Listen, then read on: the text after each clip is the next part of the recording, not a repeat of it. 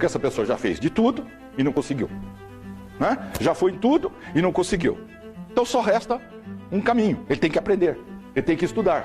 E aí ele tem que aprender mecânica quântica. Só que é o seguinte, mecânica quântica não é mais um feitiço, não é mais, né, um jeitinho.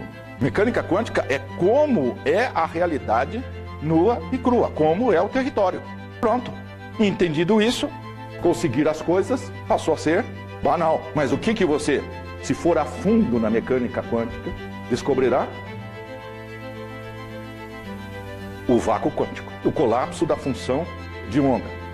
Você pensa e cria, pensa, cria, pensa, cria, o tempo inteiro. Então todo o problema foi criado por você mesmo. E isso é um aprendizado ultra doloroso para o ego, né?